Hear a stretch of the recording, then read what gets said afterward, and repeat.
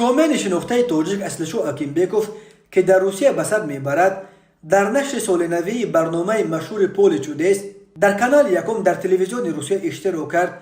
این برنامه رو در عرفه سال نو شب 30 دکبر سال 2022 نمایش دادند. اصلشو اکینبکوف به این برنامه توقی بدخشانی در سر حاضر شد و با چهره کشوده، صحبت شیرین و نیروی پوزیتیوش خیلی زود تماشابینان و اشتراک کنندگان برنامه از جمله مجری شورچور آن لئونید یاکوبوویچ را تسخیر کرد و به وجه آورد.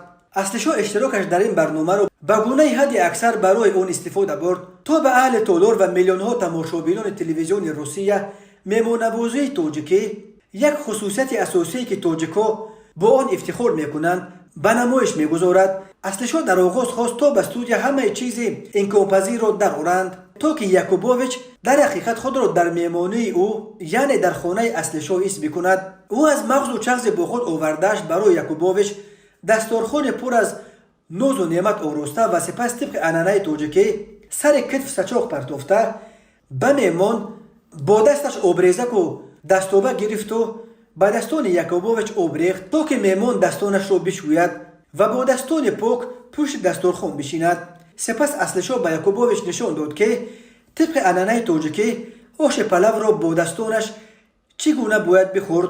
بعد تناول آش یاکوبوویچ از اصلشو خواست که یگان عباره را به تاجیکی برایش یاد بدهد.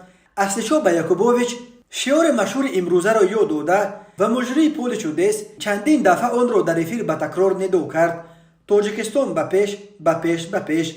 و معلوم شد که این هنوز پایان معجزه های تاجیکی در پول چودس نیست.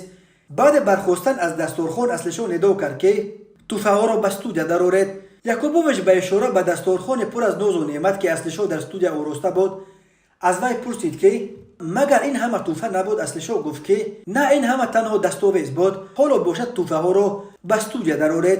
شومن تاجیک به تن یاکوبوویچ جامه زرباف و به سرش طاقی تاجیکی پوشاند و به دو بازیگر دیگر نیز جامه های تاجیکی هدیه کرد. تنتنه های ایدانه در پول چودس با هنرنمایی نیز خیلی زیبای و جذاب غژک نواز مشهور هنرپیشه شایسته تاجیکستان نوید زینالپور و انسامبل رقصی صنم به پایان رسید.